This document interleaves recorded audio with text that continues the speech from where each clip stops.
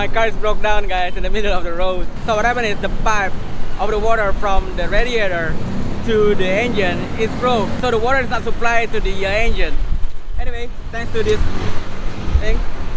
So while we're waiting, let's talk about more deep to the PMA. Let's talk more deep about the Limited Liability Company for foreigners, the PMA. My name is Oki Misa. I'm your host in Bali.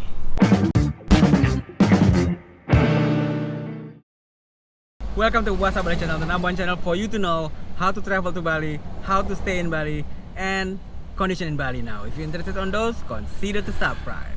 Guys, PMA, Limited Liability Company for Foreign Investment. By the way, before I forgot, if you want me to do this PMA, these guitars, send me email, okay? Here, send me email. Now let's talk about the PMA. First, let me tell you about company classification in Indonesia. First, we got the micro company. It's for capital less than 50. Is it too noisy? I better find a place. I cannot vlog in here. Okay, guys. I'm at the garage now. We successfully bring the car to the garage, so now I can relax. Air conditioning, drink my cup of coffee. You know, free cup of coffee. Anyway, now let's continue our vlog. It's about the Limited Liabilities Company and Foreign Investment, the PMA in Indonesia. Where were we? I forgot. Business classification, company classification in Indonesia is based on the capital. So we got four business classification. The first one is micro. Micro company is those who have a capital less than 50 million Indonesian rupiah, so less than 3,500 US dollars. That considered as a micro. And then we got small businesses. Small businesses is between 51 million Indonesian rupiah to up to 500 million Indonesian rupiah. So it's between 3,500 US dollars to 35,000 US dollars. That considered as small businesses. And then we got medium scale businesses. Medium scale company. That is between 500 million Indonesian rupiah all the way to 10 billion Indonesian rupiah. So in dollars, it's about between 35,000 US dollars to 700,000 US dollars. That is the medium. And then we got the large company, the large businesses. It's those who have a capital above 700,000 US dollars, above 10 billion Indonesian rupiah. This where the PMA is. This where the foreign investment owned company is. So based on the latest regulation, PMA, the foreign owned company, only possible in this scale, in the large company. They cannot go to small businesses. Small businesses is protected for the local. Anyway, let's refresh our memory. How to have a PMA, how to have a limited liabilities company for an investment. First, you need a passport, of course, obviously, and must valid at least 33 months. Okay, because with the PMA you can have investor kitas, and investor kitas is for 2 years. So to get that, your passport must be more than 33 months valid. Number two, we need your business location, your office. We need the address for your company. And then of course number three, we need the name of your company. It's 3 words. So like, I don't know, What's Up Bali, for instance, the 3 words. Yeah. And then we need your businesses, your business classification. What do you want to do? In one PMA you can have up to 8 businesses.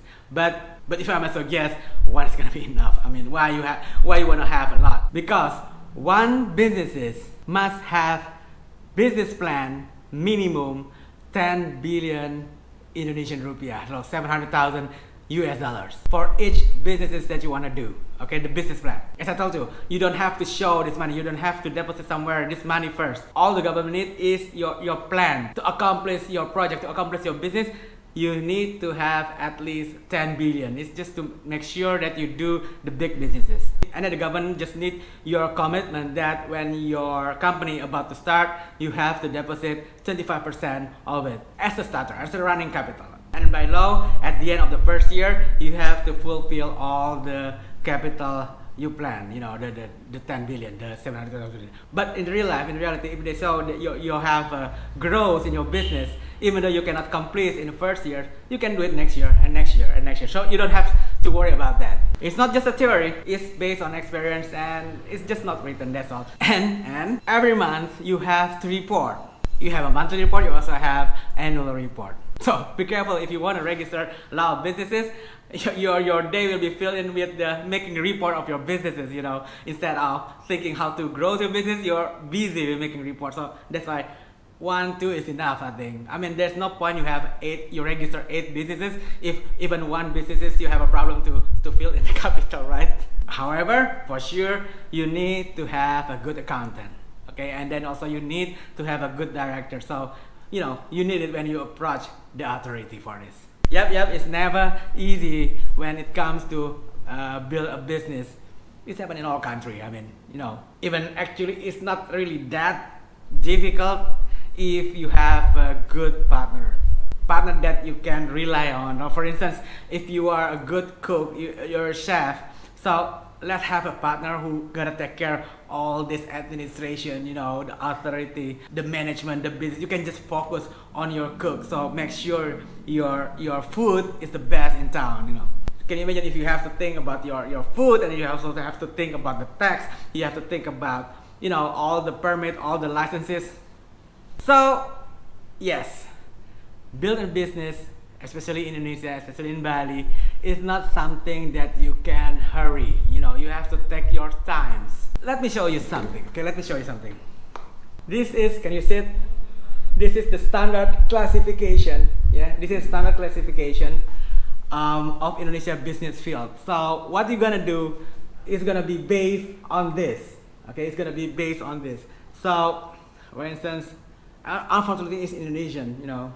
For instance, here, number I, can you see it? It's penyedia akomodasi. That means accommodation provider. Okay, like if you want to make a hotel, for instance, or you want to build a villa. If you click this, there you go. And then they ask again, you'll be accommodation or food and beverage. Okay, let's say if you could food and beverage, you click food and beverage. There you go. And then they say restaurant or what. If you click the restaurant, and then it shows here what the term and condition. For instance, of this one, at least you have to have 50 seats. For the PMA to have a restaurant, at least you have to have a 50 seat. Cannot less. Less, that means small cafe. That's for local. And they have everything here. If you wanna have a construction business, import export, hotel, villa, etc. This what you need to talk with your notary in Bali. That's why I always said come first to Bali with the B211 visa, because with the B211 visa you can stay here for long. You can, as long as you keep extending every 60 days, and you can talk. We can discuss what a good thing to do. And when you're clear about the basic, then we can go to meet your notary, and then we can talk more about the details to make the company, so you know what to do and everything, how to go around it, everything you can discuss with the notary. So that's why make sure you come to Bali with the B211 visa, because with the B211 visa you can stay for long as you can extend it every 60 days. So you have your time to survey the market, to see the location, to see everything, discuss with your notary. Maybe you need some team, to check. For instance, if you want to build a villa, you have to make sure that you cannot choose the land just based on the location. It's close to the beach or close to the mountain. You cannot choose the land just based on the view is very good. No, you have to make sure that the zone is where you're able to build a villa there. You have to make sure that the soil is good enough to build a villa. Otherwise, you have to, when you make the ground is going to be too deep, and the cost of the villa is going to be expensive. So you cannot only base on the price of the land. Something like that. That's something that you have to discuss. Okay, how about the tax? Every company in Indonesia is mandatory to pay the tax. Of course, I think it's around the world. Let me read it for sure. The general income tax is between 12.5% up to 25% of the net profit if the company revenue is above 4 billion Indonesian rupiah. So if it's above 350,000 US dollars, then the tax is gonna be between 12.5% up to 25%. And it's the flat tax rate, 25% applied for company revenue above 50 billion Indonesian rupiah. So if your company revenue is above 3,500,000 US dollars, then your tax will be flat 25% a year. And for the company with the gross revenue below 4.8 million, so below 350,000 US dollars, the final income tax rate only 0.5% of the monthly gross income. Additionally, to paying tax, you will need to do quarterly investment report. This report usually contains the profit and loss statement of your company, information of the number, employee, etc.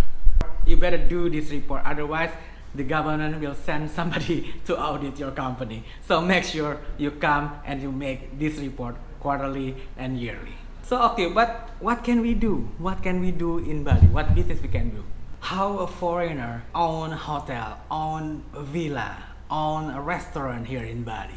Which type and what is the step? In the next video, I'm gonna talk about how foreigners with the PMA can have a villa, can have a hotel. Okay, but I cannot afford to go big. Well, there's also a way to do that. It's also common. It's called nominee agreement. Well, we're gonna talk about this also in the next video. So make sure you watch my next video. It's gonna be about how you have a hotel, a villa, or maybe even a restaurant here in Bali. You know, I'm gonna go more deep also there. It's not only like you have money and you can have a hotel. No, it's not simple as that. So make sure you watch next video, okay? And share this video so more entrepreneur, businessmen around the world know how to have a PMA in Bali. Hit the subscribe button for those who haven't and smash the notification bell so you don't miss any update from me regarding how to travel to Bali, Bali travel regulation, and condition in Bali now. I think my car is finished. See you.